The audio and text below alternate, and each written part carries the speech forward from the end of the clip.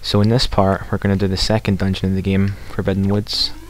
In my opinion, this is one of the coolest looking ones in a speedrun, much cooler looking than DRC was.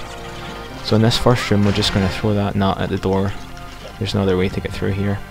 In here, we're going to perform a leaf pump, which is where you continually pull away the leaf, then pull it out again to maintain his height in the air, instead of like falling a little bit, like you normally would when you're leafing.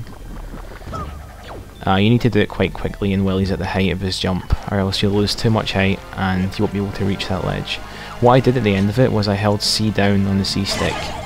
This allowed me to see when Link was approaching the ledge, and just before he got to it, I pressed A to pull the leaf away.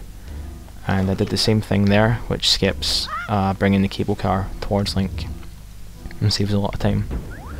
This is the first room where things can seriously go wrong. What you want to do is kill this guy, and he'll drop a stick, so pick that up and jump in the flower that he leaves behind. On to the next one, and then just navigate your way to the top. Now ordinarily you're supposed to break this thing with a nut from the other side of the room, but we're going to try something else. Align Link like this, and throw the stick at the door. Now sometimes, like I got lucky here, the stick kind of got caught on the side of the door, but sometimes it will bounce off and fall off the ledge, and if that happens, you have to just grab it. I think my angle was bad there, but normally this should only take 2 hits. The second hit should always break it. I got it on the third one, so that's fine. In this room you want to hold L, back walk, and then leaf. This pushes the nut out of the circle of vines, but leaves it far away enough from the door that you can throw it and still hit the eye, which means you don't have to adjust Link after you pick it up. So this is the main room of the dungeon. The first thing we're going to do is we're going to grapple from down here. You don't have to actually climb up on the ledge, you can just do it from here and it pulls them through the ledge, which looks kind of silly. We're just going to navigate across this area. Just use the leaf when necessary. You don't have to do any leaf pumps because you'll always make it, but you can always do them if you feel like you're not going to. So pick up this nut, just jump to the middle thing, come over here and quickly throw this at the door, then jump on this. When you're on here, you want to kind of aim the wind so that it travels up the second platform, and it will hit the warp pot from below, which is kind of a weird glitch, but it skips having to wait on the second platform. So go through this door and just jump slash over this pit and do a quick spin attack to get those guys off of you, because they really slow you down. This is one of the worst rooms in the dungeon normally, but there's a cool trick you can do to skip pretty much the entire thing. Just throw this bomb over the vines, then take damage, then roll between the vine and the tree, and Link will have enough speed to just pass through it. So now we have this small key. We're going to head back to the main room. You can kind of tell where the vines are based on like the platforms, so just pull it away the leaf when you think you're past them. As before, just do a jump slash and roll to the end.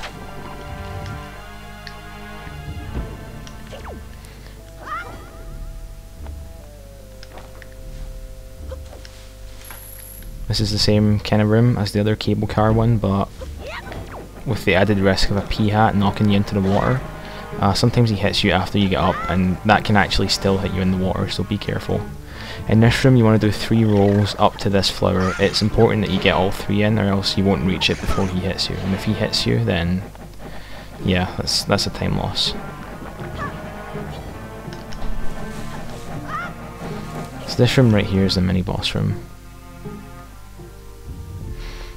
In my opinion, this is one of the most frustrating mini bosses to do quickly, but I'll try and show what I usually do for him.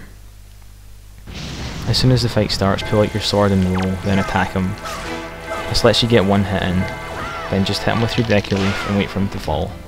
When he's low enough, do a jump attack or just a regular attack. I don't think it matters too much, you're just trying to hit his wings here. Just do the same thing again. For the final hit, he's actually low enough to the ground that you can just finish him off quickly like that.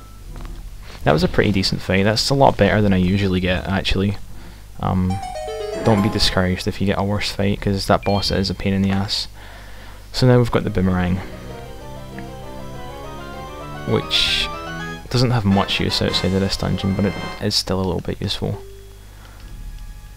It's needed to kill the boss here too. Unless you have bombs, but obviously we don't yet.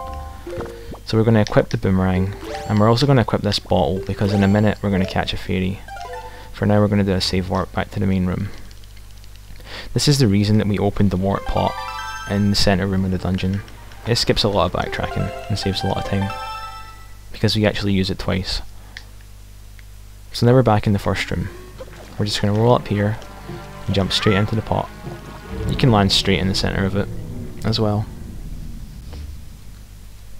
This puts us exactly where we have to be for the next part of the dungeon. So we're just going to cut all 5 of these things with the boomerang, and before it hits the last one, roll off and land on the flower. This way Link falls during the cutscene, which obviously saves a bit of time. Now, coming up is the longest leaf pump in the game. It's important that you time the leaf pumps during this pretty well to maintain Link's height, or else he won't be able to make the end platform. It's also important that you have full magic before doing this, because you just won't be able to do it otherwise. What we're going to do is, we're going to jump off, and when Link is under this flower, we're going to pull out the leaf, and then we're going to do a series of leaf pumps to navigate this corridor and land on the ledge at the other side. We're going to time them so that we're losing minimal magic. You kind of want to time them so that he does the pump right when he would lose magic anyway. You want to rotate the camera so it's to the right, and so you can see these guys in the water. This makes them load quicker and makes them shoot faster. You want them to shoot once, because they pretty much always will, and once they shoot you can just sort of go around the right of the stuff they shoot at you, and they won't hit you. What you want to do when you get to the end is just, you know, pull away the leaf and he'll grab the ledge. It seems kind of hard, but with a bit of practice it's actually pretty easy to do.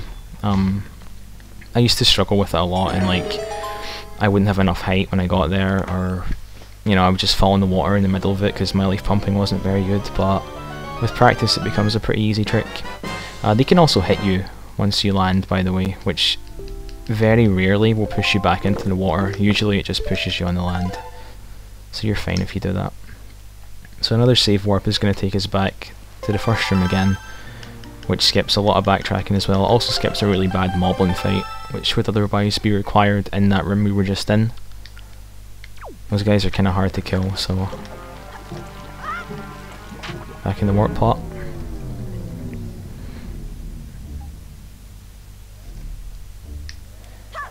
And this time we're just going to jump off right here.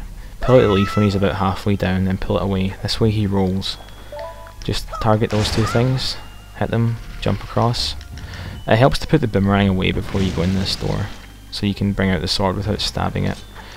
Just do about 4 rolls, then a jump, spin attack, and it should kill both of them at the same time because they'll be right next to you at that point.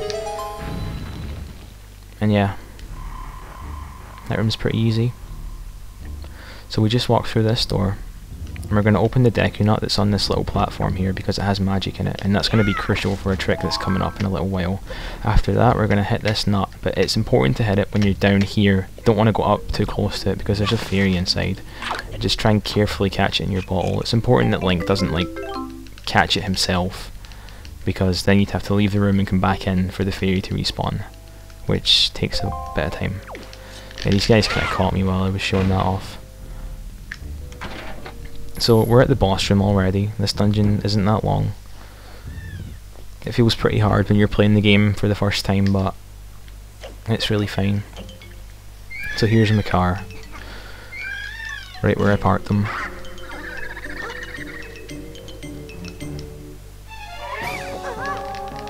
I feel like that should have been the end of this character. He should have just not been in the rest of the game. But he's going to be back to cause us a lot of trouble in the Wind Temple. But anyway, for this boss what you want to do is target the things on the ceiling, the tentacles, with your boomerang. And it is possible to actually get him down in 2 cycles, like 2 swings of the boomerang, but it's hard. It normally takes 3 or 4. It's not a big deal really, it doesn't cost that much time. Like I think it's going to take me 4 this time. Maybe 3. Yeah, it's definitely 4. So there's one at the back, and then there's this one. Now when he's down, what you want to do... Oh, he's not down yet. Okay. When he's down, you want to do roll towards him and do 4 spin attacks. it's important that every single one of these connects, because each spin attack does 2 hits on him, and each hit is worth a lot of damage. This way you can easily kill him in one cycle, but if you're too slow, then the flower will swallow you and it will spit you back out, and you'll have to cut him down from the ceiling again, which costs a lot of time. But he is the easiest boss to one cycle. In fact, I think he's the only boss you can one cycle. I feel like it might be possible to one cycle Goma from Dragon Roost Cavern, but if it is, it's like really precise. And some people have said that they don't think it's possible, so whatever.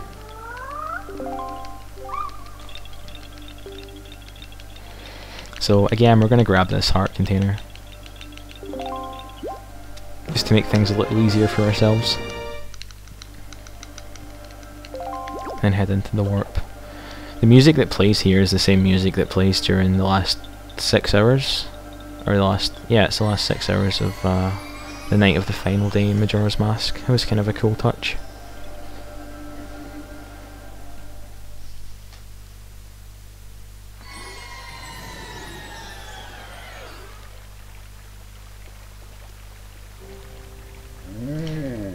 So of course this video wouldn't be complete without a cutscene. Here's a nice long one.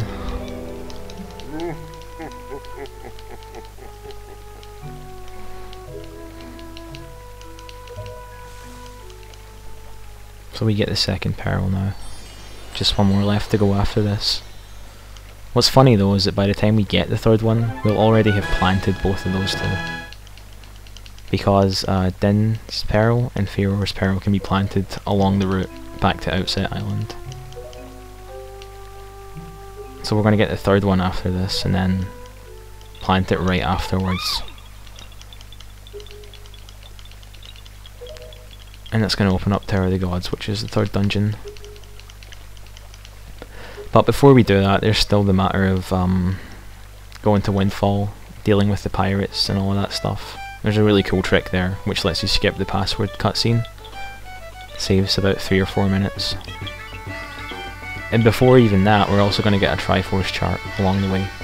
There's one that we can actually pick up using a really cool glitch to skip the seagull game that you would have to do during the Triforce quest, which was one of the worst parts of that quest in my opinion, so I'm really happy that we have this trick.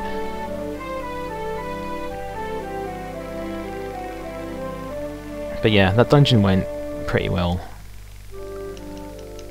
There isn't a lot you can mess up in it. As long as you practice the leaf pumps, then you'll pretty much have the entire thing down. The worst part after that is Mothula, the mini-boss.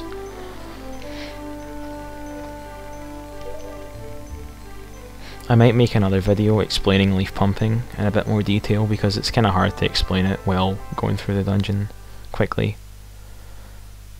And it's an important trick which is used in a few other places, but most of its use was in that dungeon. So we're done for now. What we're going to do is change our items to these three. The sail, the waker and the grappling hook. Those are what we need next for the next part. Don't need to change the wind or anything, so we're just going to save the game.